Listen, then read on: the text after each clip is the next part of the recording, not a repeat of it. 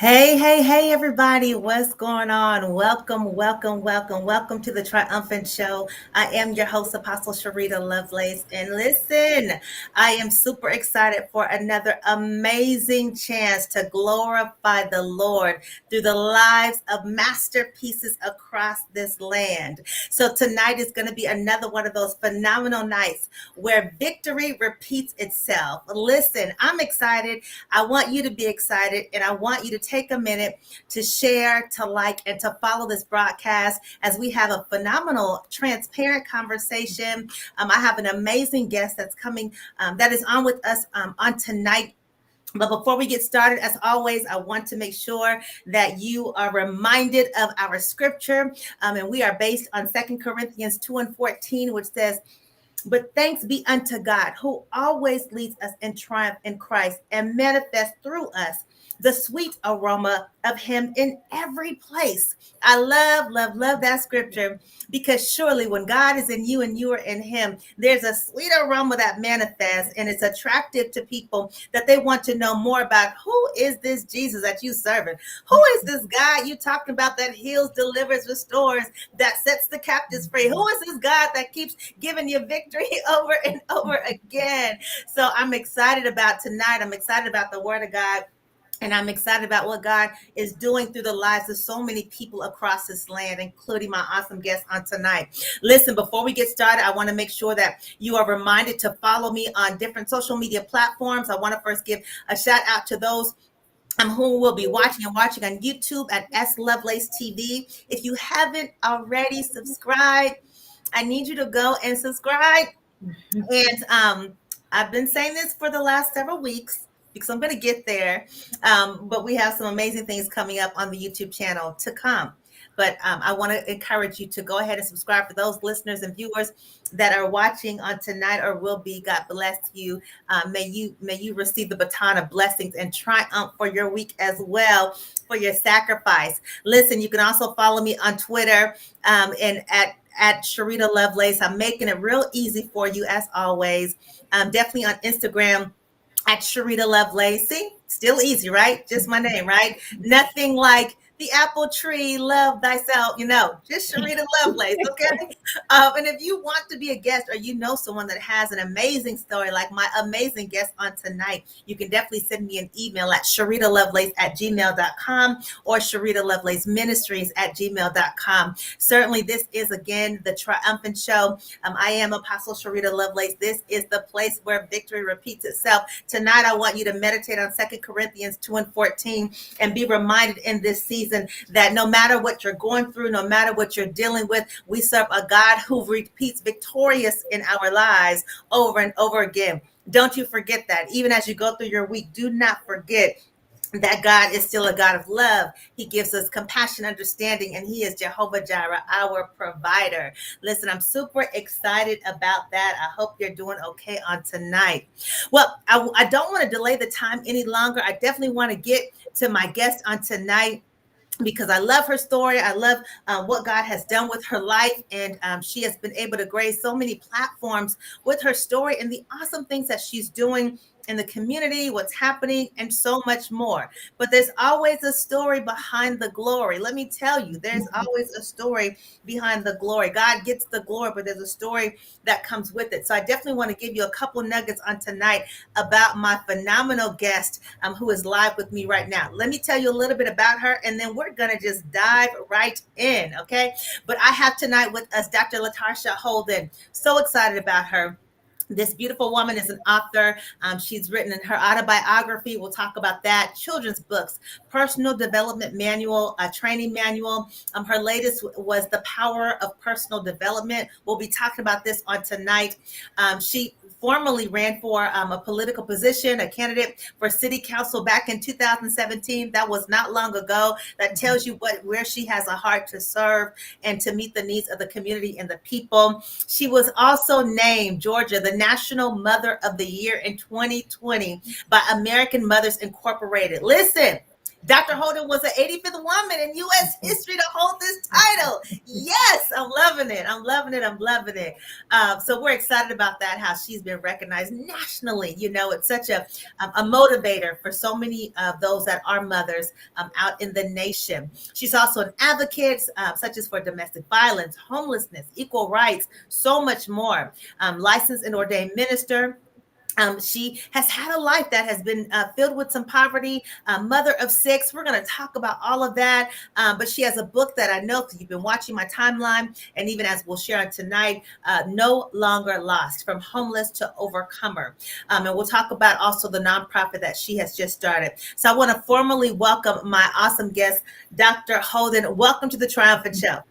Hi. Oh my goodness. Thank you for having me. I'm so excited to be here.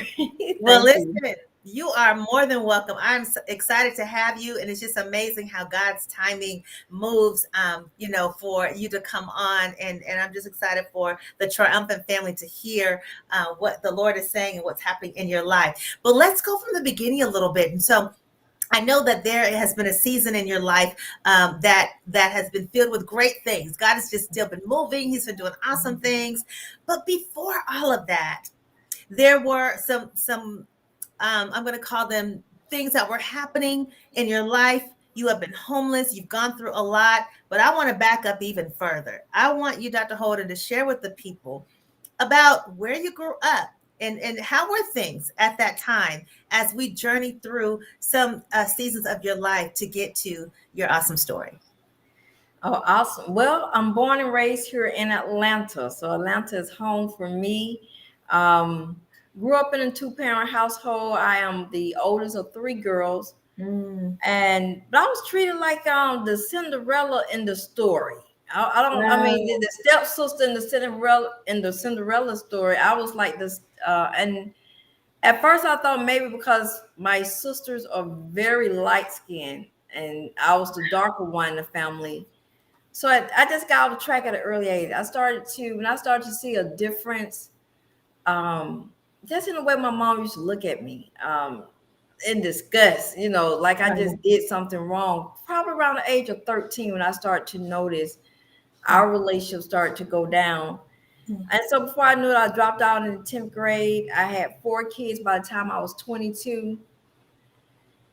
And I was lost. But I got married. And that is what led me to be homeless. I met a young man in my early 20s. I think I was about 24. He was 3 years younger than me. Great guy, Right. guy in the beginning. Electrician by trade, and he started a small business, and he asked me, and afterwards he was trying to run his business, and I was trying to give him advice as his girlfriend, and then as his wife when we got married.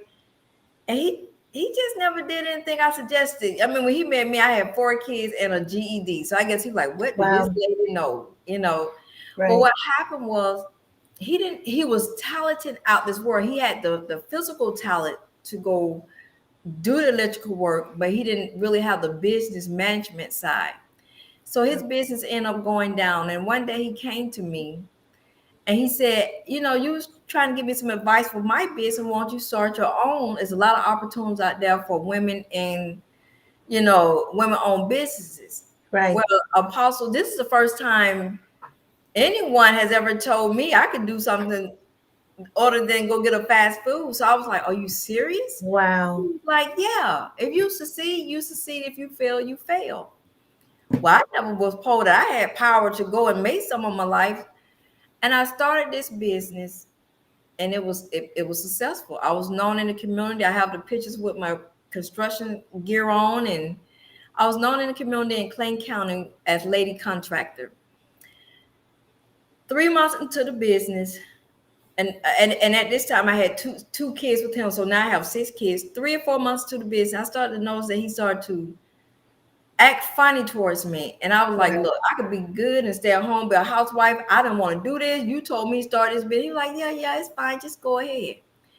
But then as the business kept going along, and God has always had me kind of like in a spotlight. God has always shined light on me. Mhm. And my husband, he started sabotaging my jobs, started making me look Wow. bad on jobs, and I could not understand it. And one day he came to me, and I asked him, I said, "What's wrong? You told me to start this business, and now it's Right. like you're mad at me." He said it was a joke. I never expected you to do well. And I was like, "Well, why did you?" He was like, "It was a joke. How did you come in the construction field and outdo me?" And I said, "Well, I never told you I was dumb." In his mind, he had a thing in his mind. She got a GED. Maybe she's dumb. I said, "Well, I never told you I was dumb. You know, you just probably assumed that. Maybe I don't know what you was thinking." He said this. He said, Right. "Well, I give you an ultimatum. You give up the business, go get your regular job, and I'll start another business." And at that moment, I was like, "What did I do wrong? I don't understand." And I remember going to church one day, and the women at the church told me, "Just show him that you need him." Well, nobody never told me what that looked like, so I started to Mhm. dumb myself down. I would go around. Wow. Yeah, I started dimming my light, and I was very still submissive when I was running the business. He was over the electrical department, and I started playing like I don't know how to read blueprints. I started acting like I didn't know how to do that. And he was like, "I'm not in love with you anymore." And I was like, "What?" I'm like, he was like, "Had you, I could have accepted you better if you was a business owner when I met you. But how do you come in my life and outdo me?" I just had two little kids with this dude. I'm like, "What are you talking about?" And I tried to play dumb. I tried to play like I didn't know nothing. I tried to go back to whoever he thought I was, but he said it's too late. He said, "I already saw that you're not dumb." He said, "You don't need me anymore." He left the marriage and divorced me. But I played dumb for so long. By the time he left the marriage, we was married 10 years. By the time he left the marriage, I didn't know who I was. I was used to getting rejected for doing what family said, was bad. Of course, it was bad, dropping out of school and having kids, about 4 kids by the time I was 22. I was not used to being rejected for doing well. And so mentally that messed with me. And I made a vow I would never do anything again. I don't want to be successful. God, Mhm. why did you do this? I didn't know God then. And I started screaming at God, "Why would you do this? Why you just didn't leave me as a housewife?" My I God. mean, the mental stress that put on me that I messed up my marriage for doing well, it almost mentally. And so that's how we end up becoming homeless. Mm. I was a shell of a person. I really did not know what to do, where to go. I was too scared to try anything. The rejection was just too unbearable. That rejection, I was just out of my mind mentally. Let me stop you for a second because I want to talk about the time that you were homeless. So, those of you that are just tuning in, we're talking to Dr. LaTarsha Holden. Phenomenal, amazing story. I mean, you want to talk about triumphant story. It truly is. We're hearing her walk, her journey of her life prior to all the phenomenal things that God is doing for her now or has been doing for her. But we're hearing her story, and we're right at the place of getting information about how things were once she became homeless. And so praying that this is going to bless someone tonight because you can be homeless in the natural and the spirit. And so we'll get to that shortly. But Dr. Holden, share with us at that point that you became homeless and you downplayed yourself for the sake of your marriage, and he still left, and things happened. And then at that point, here you have 6 kids, you're homeless. Share with us a little bit about that homeless experience, such as where did you stay, how did you eat, those things of that nature. I want them to hear some of those details. Well, once, well, he gave me when I gave up the business to. I had a thriving business. I don't even know, to be honest, I just want to share this. I don't even know where my first year as a lady contractor, I probably made about 60,000 just in contracts, from been a contractor with Habitat for Humanity, doing the ground up project in Avondale Estates, the Washington Laws. Wow. Doing work at Earthlink. I don't even know where I would be at today, but when I gave up the business to save my marriage, and he realized I had no more fight in me to try to do anything, he left.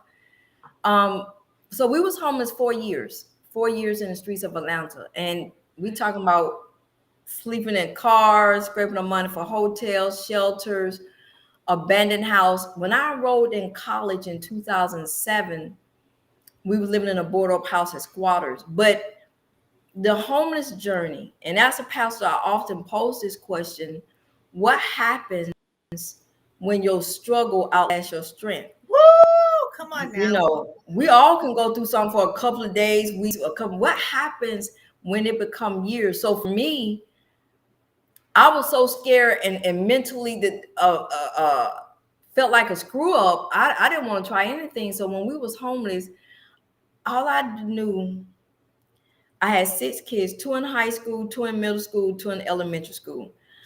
Every breath that I took, I was pointing to them. Here I am literally dying in the inside, but the journey got so hard.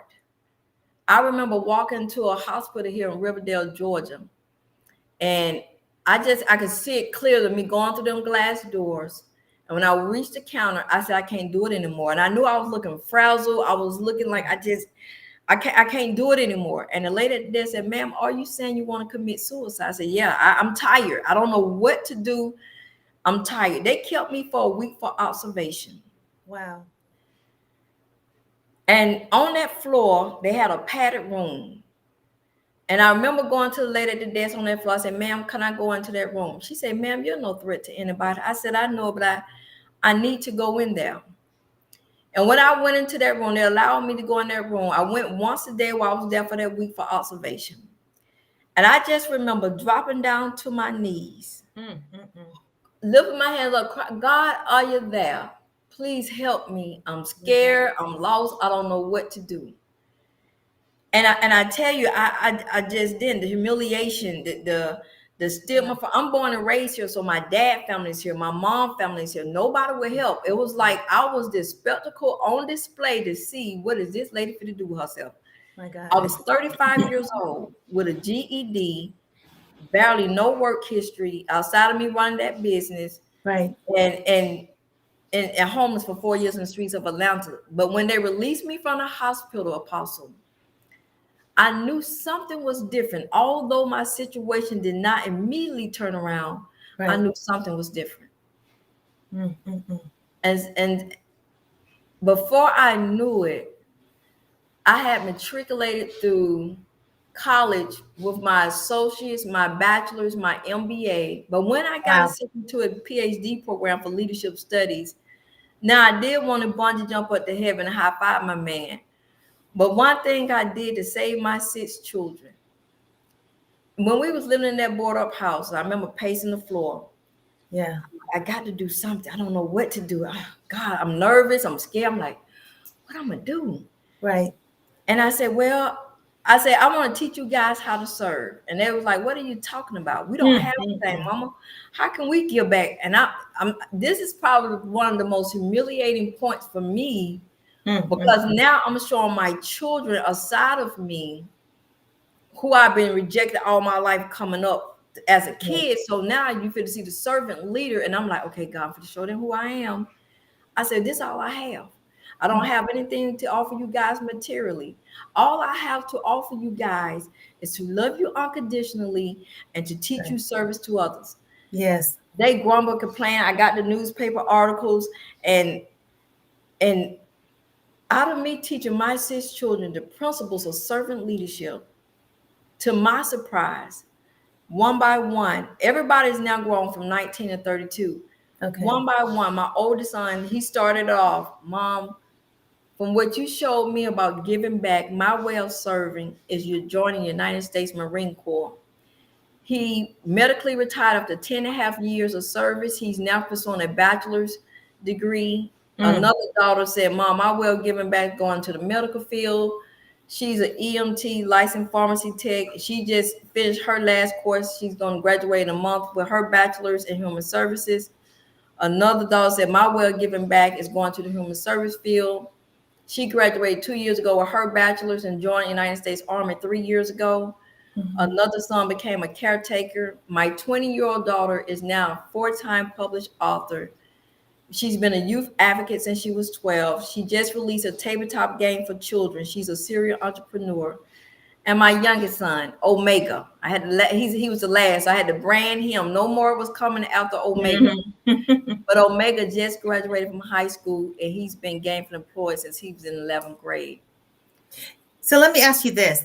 How in the world, share with the people, what can you tell us to, and it may not be any understanding because we serve a God that we still can't comprehend, even though we get revelation from his word and his spirit. But to be in a place of homelessness and have 6 kids, and your kids have come out to be extremely successful, what happened, do you think, during that time of homelessness that allowed them to keep their sanity, to keep their peace, their understanding, or just to keep in a place where they were still, something had to have been deposited in them to keep them from knowing that they're still going to be okay or successful? Because I believe there's somebody that might be out there that may be saying, I may not be in the same situation, or I might be close to it, but what is she doing to keep those kids okay and not running off to the streets? Not, well, let me try to help mama and sell drugs. Let me try to help mama and join a gang and shoot and rob or whatever. What did mama do to keep those kids to that point where you transition from no longer being in that homeless situation and now you have these kids that are amazingly successful? What about that? I think for me, my oldest son, when he was graduated from Marine boot camp, and I was just joking with him. I said, son, how did you finish the boot camp? The Marines have the hardest boot camp. He said, mother, I thought about you. Mm. He said, mother, you're not a bad looking lady. You could have did anything. You could have split us up, gave us away, or started drinking, doing drugs. He said, you did none of that. He said, watching you. He said, Mom, I heard you crying many nights. I know people in the family was talking about you. You're homeless. Nobody would help. People was laughing at you. Sisters, mom, He said, but you know what? I never seen you go out and do something against what you was teaching us not to do. He said, because of you, that's how I was able to make it through the boot camp. I said, if she can keep going, I can keep going. Wow. And for me, I tried my best. That's why I released my book on leadership principles. I didn't sell myself out to get ahead. I didn't sell myself out. I was able to maintain. I was honest with my kids. I'm depressed. I'm sad. I'm crying. Leave me alone. It was moments I didn't want to talk for days, But I think when they saw, she kept going. She didn't go off to do drugs and drinking. And I made a vow to myself that the streets would not raise my 6 children, nor the jails will house them. Look at that. And so I tried everything that was in my power to at least be some kind of example for them. I just didn't have much, but my kids saw the little that lady had. Right. She taught us. I just gave them my kids the own key that I had, and they saw that I stood when mom and dad and sisters and uncles and aunties, everybody was laughing. I remember calling auntie, "Can we just sleep on the floor for one night?" Yeah. Oh no, I ain't got wrong. She said, she laughing at me. I said, okay. I called my sister who had won a lawsuit. She probably had $250,000. Can I just get $50 for a hotel? No, I don't have it. Okay, no problem. And I remember driving around Atlanta, and if you're from Atlanta, Cleveland Avenue. I remember driving around Atlanta in the car and the kids crying, and I heard a still small voice say, "Go to Berean Christian bookstore. Your help is there." And I'm crying, and the kid, Mom, we tired. Where we going? I'm crying. Like, I don't know. Just let me think. And I heard the voice again. Go to Berean Christian bookstore. Your help is there. And I remember driving up to, and right today I tell this story because I don't know what these people, angels My kids, I don't even know, I can't even remember their faces. But I walked into the store, and I was drawn to this lady who was standing reading a book. Yeah. I went to her and told her what I heard, what was going on, and I was led here. She said, "Hold on, let me go talk to my husband." She went and came back. She said, "Ma'am, do you have a car?" I said, "Yes, ma'am." She said, "Follow us to our house for one night. God gave us a place that we call home." This lady feasted like it was Thanksgiving. My God. One night, God gave me and my children a place where we can lay our heads for one night. Jesus. And when we woke up the next day, she gave me $60 and she prayed for me. I never saw them again. So I don't even know what these people are angels. You know, okay. So that, first of all, that's amazing, and I agree. Yeah, and Apostle Tracy, yeah, the Holy Ghost. I mean, that relationship with God is so key, because that's how we can hear how direction, I guess, from God. While you were talking, I wanted to know, have you ever said during this process, maybe after you started to come out of it again, have you ever asked God, why, God? Why, God? If you were with me all along, why? Why, God? I asked him that. The rejection was almost unbearable. And I asked him, I said, "Why you didn't allow nobody to help me?" He said, "Because if I allow somebody to help you, Come on. then they would be able to say she wouldn't be where she's at if it wasn't for Come me." on. He said, "Nobody was going to get my glory." And then I started to look back, and I remember Fantasia, when she sang that song, "It was necessary." My Yes. wilderness experience for me, because I was a person that would give up easily. If my boyfriend says, "I'm okay, I just ain't gonna do it." My mom, "Okay, I just won't do it." And I used to give up. The wilderness experience, it was where I had to learn to trust God. I'm crying out, I'm crying, and I'm pleading, "Help me, please." Nothing. It was like he was silent, and I'm going through that. I'm going to the shelter with my kids. We got to sleep in the car tonight. Okay, we're gonna go to this hotel. Anybody got $2 any change I can scrape up just for one night? And I was crying. I'm going, but I'm a full-time student, and I take my Wow. kids to school. I go to class and figure it out again the next day. And had it was necessary. I don't think I wouldn't have had the strength to run for city council. I wouldn't have had the backbone to stand up in that kind of arena had he not allowed me to go, but he was there. That's He right. was. Yeah. When I look back now, I just remember Nelson Mandela said, "How could he enjoy the limited freedom that he had when his sisters and brothers were still not free?" Come on. And I remember when I was homeless, I said, God, if you help me, if you get me out of homelessness and hopelessness, I go back and fight for others." And so many times as people, we'll make promises to God when we're in the fire, but what happens when God brings you out? So when I was no longer Right. homeless, and my college years was done, and a seat came open in my district, which was District 11. Okay. And I said that's my way to go back and fight for others. And it just picked up from there. I just Jim Rohn said that a man cannot change his destination overnight, but he can change his direction. And so for me, I was able to change the direction. But when I say it was the rejection, I had to say the rejection was almost unbearable. I mean, I was drowning, Apostle. Mentally, it's almost like if you have a vision of somebody water, I'm up under the water, but I had my kids like Holding them up. Yeah. hold them up, and every time I come up for a breath of water, "You can do it," but I'm dying in the inside. "God, help me." And I go back down. I believe it, you can do it, but I'm like, "God, I'm hurting. God, nobody ain't helping me." But I just come back above water, take a, that's the vision of how I was suffering. Yeah. And I just thought, so I was running for city council in 2017. I remember I got a call from my oldest son, and I was pulling in the driveway we just left doing a forum, And he sounded real serious on the phone. And I said, son, is there a problem? Do you need me? Do I need to come where you at? He was stationed in Tennessee, and he got real serious. He said, mother, will you do me the honors of coming to Tennessee and pin me at my ceremony to Staff Sergeant Holden?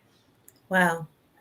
And in my mind, I was like, the residue was still there. Even though I Yeah. want the residue of feeling like a loser, feeling like I wish I could have did more. I wish I had Christmas present to give y'all. The thoughts of why would you call me? I thought you'd call my mama, my dad, or my sister who seemed like they had it all. He said, mother, had it not been for you, where would we be? He said, you mother, yes, I'm calling you. I want you to come to the ceremony to pin me. I just would never forget that phone call. I mean, Right. Yeah. I just So, and after that, you were able to have the strength to run for this office, and things begin to change. And it's just amazing how, again, as we say, and those of you that are just tuning in, how God will still allow us to go through certain situations and circumstances, no matter how painful, because it's necessary for what He has up ahead, even though we can't see it. And that emotion and that feeling of major rejection and hurt and pain and the I don't knows are so common among us. But I get excited when I hear these stories, because I say, gosh, we serve an unstoppable God who gives us a nugget or a spirit to be unstoppable that we can't even recognize. We don't realize how we were unstoppable in the midst of our circumstance until we get out of it. And the blessed part about this, Dr. Holden, is the fact that as you went through this situation, and as you went through the fire per se, and you came out, and even though, and I want to talk about the life of the survivor with this, from coming from homeless to being a doctor and everything, but you came out, and it's amazing how your heart was like, I'm going to give back and serve. That is the key. And I told some people the other day, I said, I had a dream about people that were brought out and elevated and promoted. But in the dream, these same elevated people were serving at the table. And so when we talk about God bringing us out, He brings us out not for us to stay in that position like we are at. He brings us out to serve and return back the favor. And that's how we take them from being from a place of poor to being in a place of provision and being full and receiving the manna from heaven.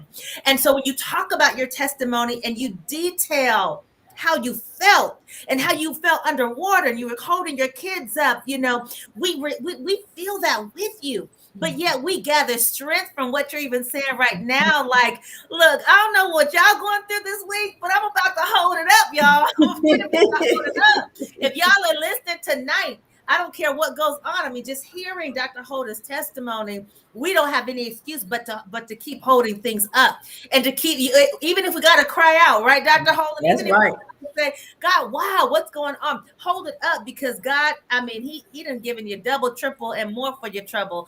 And we're going to go into the blessings that He has given you, and He's allowed for you to receive in the midst of all this. But I want to talk before that about, even though God has been shifting and transitioning your life, and you've been on some major great platforms sharing this phenomenal story, and we're only hearing probably just a nugget of it. But in the midst of that, you still go through some experiences where, like we talked before the show a little bit, still surviving, thinking that you're still surviving. Talk to us a little bit about that so that we understand that, because I think that also keeps us in a place of humility as we keep seeking God, So share with us a little bit about that aftermath of what you've gone through. Well, during that time, I realized I had switched to masculine energy. In order to survive that, I'm just now trying to come back into balance with my feminine energy. I took a picture around my birthday this summer in a bathing suit in 25 years, and I was almost scared because I had been operating masculine energy. Wow. You got to protect your kids. It's almost like I came out of, I don't know. I guess in order to survive, I had to get into that mindset of maybe take on that masculine energy to survive. But for me, I still deal with the residue. Fear, that fear still there. I still cry out to God. Yes. I'm always in constant praise and worship. But just because someone is no longer doing drugs, drinking, having a problem, the residue can still be there, and it's still with me sometimes. I still, if God is calling me to do something, or I feel led to do something, I get scared. Atlanta is known as the new church Hollywood. It's like the new Hollywood. Right. It's very, very cliquish here. So yes, for me to have, within the last 14 years, all of this I went from being homeless to run for city council, from a GED to a doctor, and became a 14-time published author, all within the last 14 years. But it was God. What God taught me was, well, people who are watching think, well, I'm not in the in crowd. I'm not with the connected. I'm not with those who got name titles. And God took a former homeless woman that nobody knew 14 years ago, but ran for office, to now been on national TV, interviewed around the world. God is letting people know, when you walk with him, he is faithful, and he will reward you for your faithfulness. Right today, and because of my journey, I had to learn how to build in secret. I didn't have mentors. I didn't have nobody who came to so what I did was, I chose 3 women.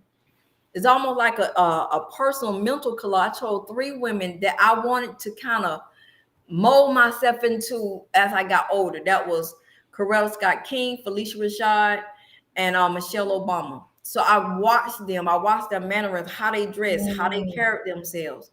And they became my silent mentors. I didn't know nobody that was going to pour into me. I didn't have anybody that want to go help the homeless woman, and I wasn't fit to sleep with nobody to get ahead. So my journey, it probably took longer. And besides, I probably cried half of the way, thinking God was going to rescue me. See, what I realized in the beginning, I was crying out to God when it first happened. My husband first left. God, I ain't got nowhere to go. God is not moved by our tears when he know there's work to be done. And it's almost like when your children, who have a military background, they go into boot camp. Right. I went into a spiritual boot camp, which was the wilderness. And at that time, your drill sergeants are not worried about your tears. At that time, tears did not move God, because he knew the greater the work I have to do in you, I have to send you out there into the wilderness, and people are going to reject you, daughter. People are going to do the best. I tell you this, God don't show us every step. Hey, he said, well, daughter, if you keep going, 14 years later, you're going to be interviewed around the world, and you're going to be on magazines, and so you're going to be on national TV. I probably would have tried to do detours. I probably would have tried to cut some corners, but God, it was just necessary for. I'm just still in awe of what he's done. There's no way, Apostle. I didn't have the money. I didn't have the connections. I didn't have the resources. It was literally, my son joked it right there. He said, Mama, you went to those forums with $5 in your gas tank. I was like, this lady for the breakdown. How is she gonna go? And you gotta think about it, I came from homeless, so I didn't have money. When I wrote 14 books, I learned how to self-publish. I didn't have money to market my books. But what I learned along my journey, chase purpose and not perfection. Woo! I had to learn to chase purpose. Had I waited for the time to be right, I would never did anything. I didn't wait till I had money to start writing books. I didn't wait to enrolling in college while me and my family was living in a board-up house and squatters was not the right time, I guess. But I think God just rewarded me for my faithfulness. The award He has given me is no way I could have. I mean, Georgia and national. Right. The National Mother of the Year 2020 award. 85th woman in U.S. history to hold this title. I'm just blown away to the point where I almost don't have a lot of questions, because I'm absorbing how we have no excuse to complain about, our lives. When you come on this platform, you talk about going through life, but what you endured, and yet you have surpassed people that have jobs and money and this and that. You have surpassed that greatness in so many ways, but you have a spirit of humility that keeps doors opening for you that man cannot shut. It is amazing, Dr. Holt. I mean, I'm blown away, and I'm praying that those of you that are listening and watching tonight, that you are really receiving and hearing what she's talking about. If you missed the beginning of the show, make sure you go back and hear this whole journey, because this woman of God has just blessed her life tremendously. He's still doing it. She's been on major platforms, has a lot of great things going on, and we're hearing the story for ourselves firsthand. And I know when we talk about homelessness, and we're in this season 2, and I talked about this before the show, how many people are dealing with mental health, especially around the holiday seasons where people are gathering with family and there's food on the table and all this kind of stuff, and yet you talk about so much about how after God pulled you out serving, and that still is sticking in my spirit right now, how important that is. And our service is what you're doing now, one, pouring back into us, in terms of what God can do, and being able to stay focused on him and his word, but also tangibly serving. And we're going to go through some of these great accolades in just one second. But family, I want you to look at Matthew 5:3, where it says, "Blessed are the poor in spirit, for theirs is the kingdom of heaven." So when it talks about poor in spirit, I believe that they're talking about that it's almost like a spiritual homelessness is what I was writing down. And that it means that I may be poor in spirit, but I know that I need God. I know that I need God, because the opposite of that is James 4:6. I wrote this down. God opposes the proud, but gives grace to the humble. So when you're in poor in spirit and you realize it, you desire to seek God. You desire to strengthen your spiritual condition. It's a place of humility, and it leads us away from sin. And so those of us like Dr. Holden that have come out, that carry the keys to the kingdom, they come along and take us from being poor in spirit to rich in spirit, to rich in the things of Christ. You know what I'm saying? And so I'm excited about that. And that's why it says, "Blessed are the poor in spirit, for theirs is the kingdom." They got the keys of heaven. And there's people that have gone through that have the actual testimony that keep a spirit of humility. And that's what we want to grab tonight, that we can overcome, keeping that spirit of humility, but knowing and realizing that we want to stay in a place where we keep searching for God, even when it's hard.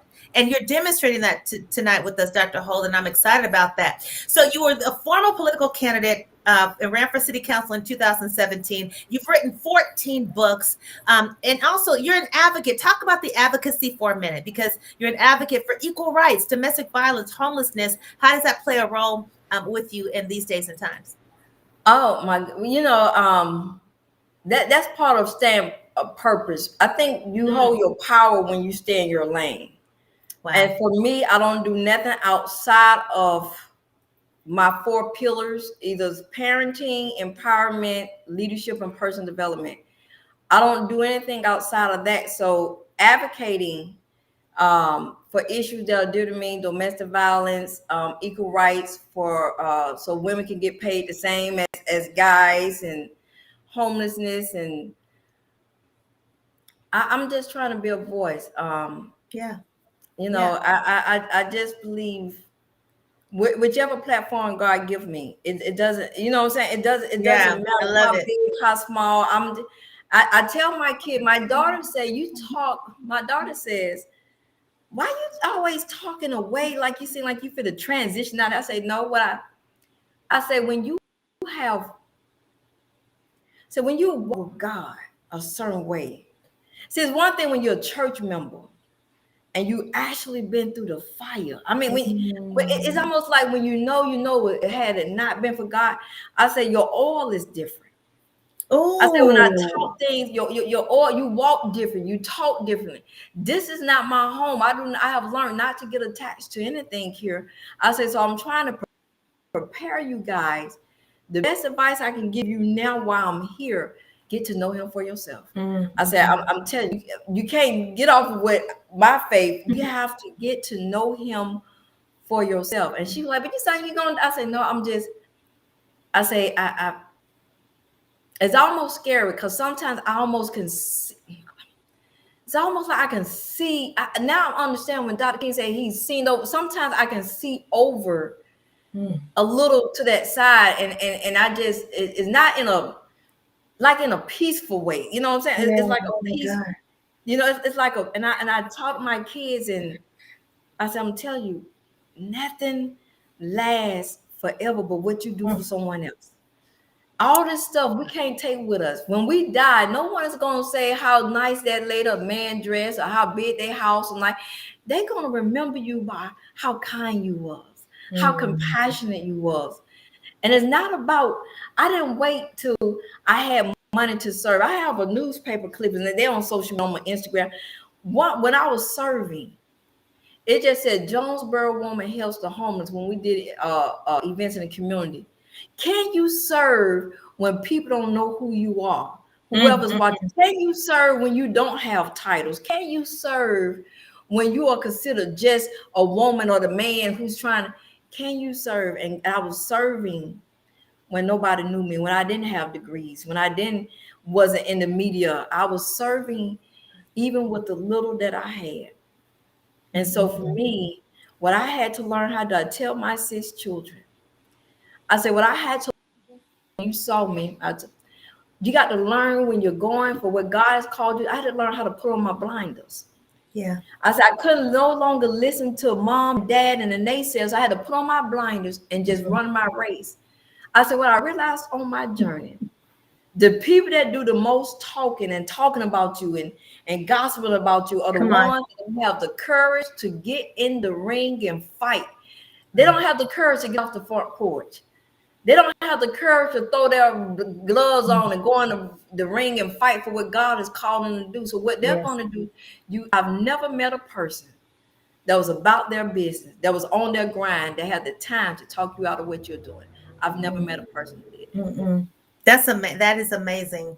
And so I'm just loving that. With that, you wrote a book. Also, and I want to highlight this one, the No Longer Lost: From Homelessness to Overcomer. Yes. And so tell us what that book is about. Does it encompass your story? Is that the autobiography? Yes, please hold it up Yes. because I want people to get that. Share with us about the book and how we get the book. What the book definitely goes a little bit into my journey as how I lost myself. I try to find relationships. I have 4 kids. I have 4 kids by 4 different people. How I was just trying to, when I started being rejected by mom and dad, I was going to people and trying to find out who I was. Like, do you know who I am? Not really saying that, but I'm going to, that's what tell me who I am, and I'm going to people. And so that's why I was so easily moved by people, and it just shares my journey, and it just goes just into details. There's some nuggets in here, some spiritual guidance, and Yeah. I'm still in awe. And whoever is listening, I just remember my undergrad professor told the class that the world belongs to those who are disciplined. Homelessness taught me the art of discipline. That's how I was able to accomplish so much in Wow. 14 years. I had to learn when to cut the TV off, when to stop talking to friends a certain time on the phone because I'm doing schoolwork, and it became a lonely journey because when you start to elevate and when God started to move you from level to level, you're no longer doing what you did at this level. And so I had to learn how to learn the art of discipline. And Amazing. and that's how I was able to accomplish so much in such a little time. That is amazing. The art of discipline. There's a lot, I believe, that can be taught in that if people look back and think about it. Even those that have been temporarily homeless or temporarily without, that discipline that God teaches us. That's a powerful statement. Oh my God.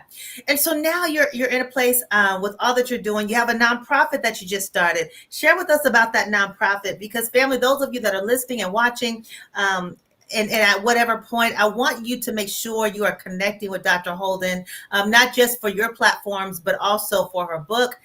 She has done some amazing things in the community, and I know that there's some more works that God has for her. But talk about your nonprofit that you just started recently.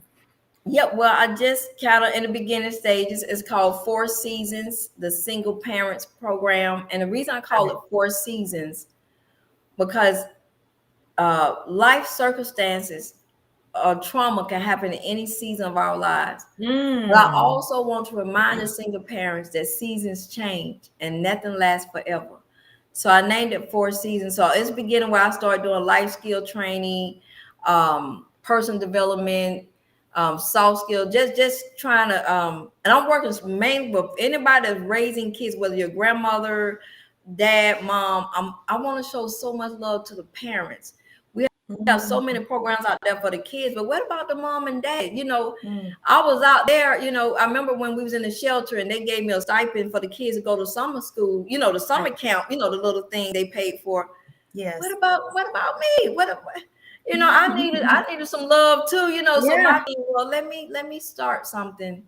Yes. And so when you asked earlier my advocacy, I'm a fellow in the Black Child Development Institute, working hard, learning about how I can fight for Black children and their families. I just want to use whatever time I have left here Yeah. to at least use, and that's the reason why I wrote my books. I got 4 children's books, a life story, personal development, a training guide where I go back and do workshops. As a community Wow. advocate, I wrote a 4-part U series that deal with teen dating violence, bullying, sex trafficking, Wow. and love and forgiveness. These are short stories. I'm just trying to use as you know, I believe ministry starts in-house first. Yes. You can be the best parent and your kid can still go off track. But I Yeah. just believe first, before we try to go out and do missions and try to go Yes. out, after I was able to deliver my family out of homelessness and hopelessness, now, well, I've been doing it since, running for city, but I just feel Yeah. like now God has freed me where I can continue to do more for others. That's amazing. And so you're available for bookings continually. Family, I Yes. really want you to connect because when you can get someone that has the tangible experience about what she's talking about, it's something more valuable about that experience that gets shared and that you can receive from and grow from and be equipped from. And I'm excited about this, Dr. Holden. So with the books and even the training, how do they get in touch with you? And do they order the books through Amazon? Yes, you can order on Amazon, or if you want an autographed copy, you can go to my website, and that's www.drlatarshaholden. Exactly how I spelled on the screen, except without the period. So it's drlatarshaholden.info. You can even email me if you're looking for a speaker or workshop facilitator for your next event or for one of your classes at LaTarshaHolden@yahoo.com. And the website was drlatarshaholden.com. .info, .info. INFO.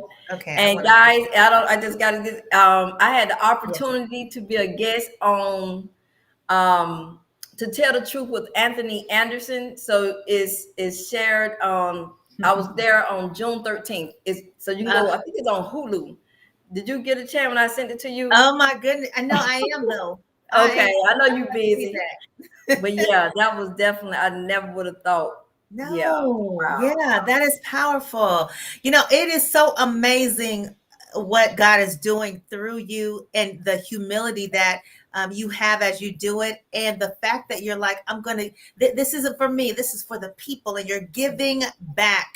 You're giving back, but you're giving back in a way where you're equipping people in the spirit and in the natural. And that is our assignment as servant leaders. And I'm so grateful that your voice is being heard on different platforms and that enlarges the territory. When we really come with a place where we really want people to be better than where they're at, but we come from a place where it's not about us and we exalt God through it. He said, if I be lifted up, I'll draw men unto thee. And I say this all the time because he's the enlarger of the territory, not us, not our brand, but his name. But his name. So family, if you're listening tonight or at whatever point, I want you to, I didn't connect my email address, but y'all get it in the chat. Make sure that you follow, purchase the books. I know that you know someone that can utilize, whether it's books, whether it's her coming to speak or share, make sure that you connect with her. on her website, on social media platforms as well, and continue to pray for her. Send her a message if you think about her name every now and then, because we all need encouragement. I don't care if you think people are doing okay. People need to know that there's somebody out there still for them. Or it's just so nice to get a random, unexpected message. I'm praying that God blesses you today, or just something. That's part of that servant heart as well. So I thank God for your transparency. As we begin to wrap up tonight's show, I want to encourage everyone, first of all, to make sure that if you can, go back and hear. There were so many golden nuggets in this word that Dr. Holden told us. I mean, you could make a bullet point list and declare them over your life for this week. That's how many nuggets she was giving that really are fulfilling. But Dr. Holden, share with us a final word or nugget. You've been through so much. You grew up with that 2-parent household. You went through a marriage that dissolved and where you actually shrunk back. You went through homelessness. You have kids that went through that with you, but they're doing phenomenal. And then God began to bless you with all of these great accolades and things. What is your final word and nugget for us that are listening tonight? Well, I just want to encourage you guys to own your space. You deserve to be here just like the next man or woman. And remember, there is no competition when you're being authentically you. My God, no competition. Compete against yourself. How about that? Exactly. Yes. Glory be to God. Listen, we want to thank you, Dr. Holden, for coming on the Triumphant Show. You have blessed us tonight, just hearing you share the details of your story, your journey, and the great things that God is doing for you. And we know who to call when we want to get some encouragement. We know who to call when we want to help and serve alongside you. We will call you. So we go with you because, again, congratulations with all of the awards, the honors, especially the National Mother of the Year, being the 85th woman in U.S. history. Phenomenal. Congratulations with all the major platforms you have been on to humbly share your story, but also demonstrate giving back to people, not worrying about a name or a title. I just have to emphasize that at the end of the show as we seal it. So we thank you again. And I can't wait to see you coming back on the show again in about a year or so we can hear any updates on what's happening. And you bring one of your kids so we can hear their story as well. I'm excited about it. Glory be to God. So thank you so much for coming on. Thank you for having me. Absolutely. Listen, family, we are out of time at this point for our show. Thank you for joining the Triumphant Show with Apostle Sherida Lovelace on tonight. We'll be back here same time with another amazing guest next week. So meet me here again at 8 p.m. Eastern Standard Time. And be sure to catch me every Wednesday night at 11 p.m. as I co-host Late Night TV with Jerry Royce live on DeKalb 25 Xfinity Comcast TV. Shout out to 108 Praise Radio and all the listeners, viewers, supporters, family, and friends. I love you. God bless you. God bless you. Take hold of your victory on this week. There's nothing too hard for God. You got this. You can do it. Keep pushing. God has great things in store for you. And we've heard a story on tonight that should motivate us, push us, and tell us to keep those that we love lifted up and keep holding on. Amen. All right. I'll see you next week, everyone. God bless you. This is the place where victory repeats itself. Peace out.